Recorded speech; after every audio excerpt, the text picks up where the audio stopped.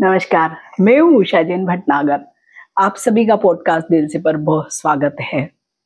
आज का जो पॉडकास्ट है वो एक अनुष्ठान से संबंधित है और विशेषकर जब भी हम कोई ज्योतिषी उपाय बताते हैं तब इसका बहुत ही महत्व होता है। और इसका नाम भी इतना अलग है, लेकिन ये नाम क्यों अलग है ये इसी पॉडकास्ट में मैं आपसे शेयर करने वाली हूँ। जैसे कि भगवान शिव को रुद्र के रूप में भी पहचाना जाता है। रुद्र शब्द की महिमा का गुणगान हमारे जितने भी धार्मिक ग्रंथ हैं वहां पर मिलता है। यजुर्वेद में भी कई जगहों पर रुद्र शब्द का प्रयोग किया गया है। यहाँ तक कि रुद्राष्टाध्यायी को तो यजुर्वेद का अंग ही माना जाता है।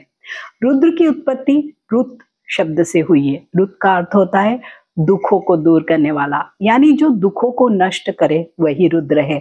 और भगवान शिव उनके भक्तों पर आए सभी दुखों को नष्ट करते हैं, इसलिए उन्हें रुद्र कहा गया है। रुद्राभिषेक, तो आज का पॉडकास्ट है रुद्राभिषेक पर। कई तरीके से किया जाता है रुद्राभिषेक। इसमें एक नमक चमक रुद्राभिषेक भी होता है। नाम से थोड़ा अलग लग रहा है, तो इसका नाम रुद्राभिषेक नमक चमक क्यों है और ये क्यों किया जाता है?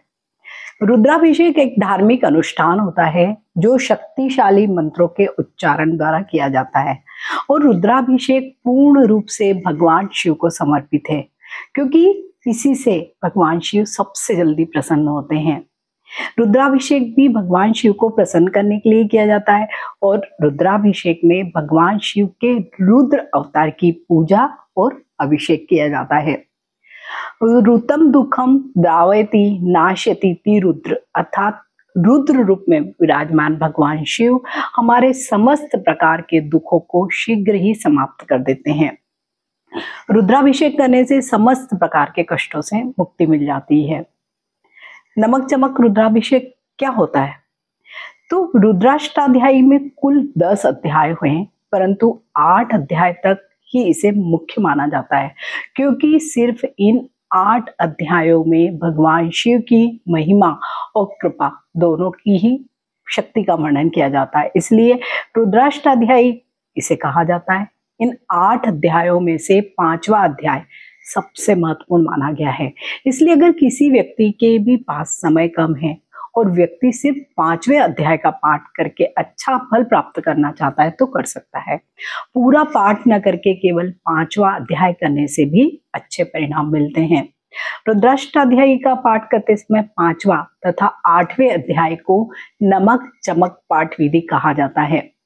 नमक चमक पाठ के 11 आवर्तन यानी रिपीटेशन पूरे होने पर इसे एक दशनी रुद्री पाठ कहा जाता है, तथा एक दशनी रुद्री पाठ के 11 आवर्तन पूर्ण होने पर इसे लघु रुद्री पाठ कहा जाता है। नमक चमक रुद्राभिषेक को लघु रुद्राभिषेक के नाम से भी जाना जाता है।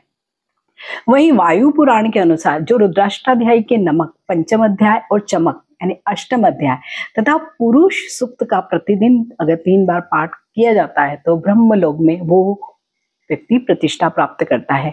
नमकम चमकम चेव पौरुषम सुक्तमेव च नित्यम त्रयम प्रयुज्यान ब्रह्मलोके महीयते।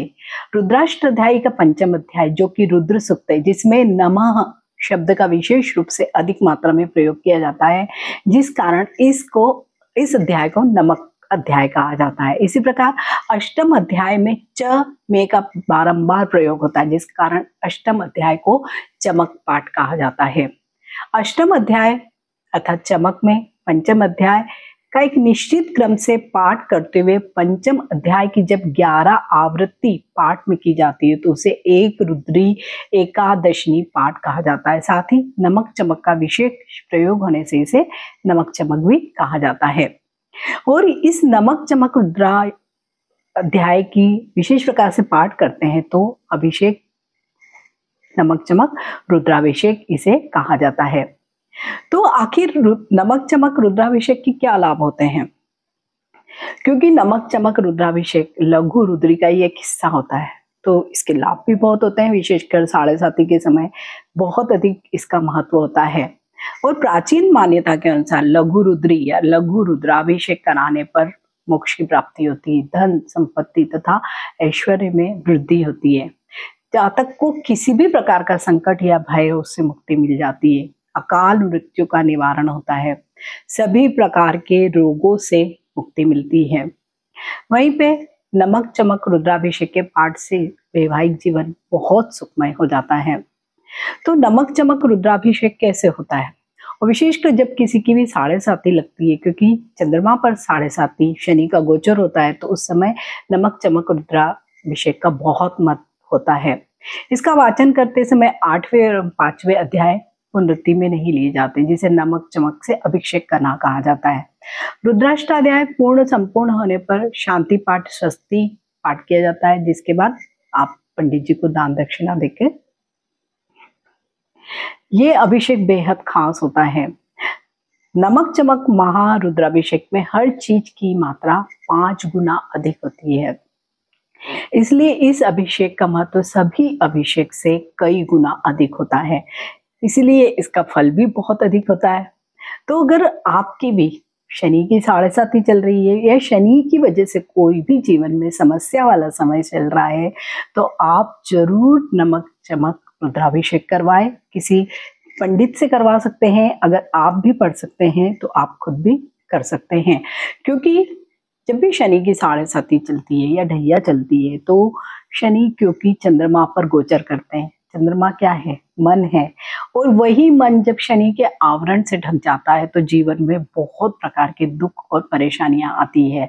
तो उन सभी दुखों और परेशानियों को मुक्ति प्राप्त करने के लिए या उनको दूर करने के लिए ही नमक चमक रुद्राभिषेक का पाठ किया जाता है। नमक चमक नाम जरूर अलग है, लेकिन ये बहुत ही शक्तिशाली, जिसे हम कहते हैं, या बहुत अतिशीघ्र फल देने वाला रुद्राभिषेक होता है। तो अगर आपकी भी साढ़े साती का अगर कोई दौर चलने वाला है तो आप इसे जरूर कर सकते हैं। तो मिलते हैं एक ऐसे ही नए पॉडकास्ट में, तब तक नमस्कार।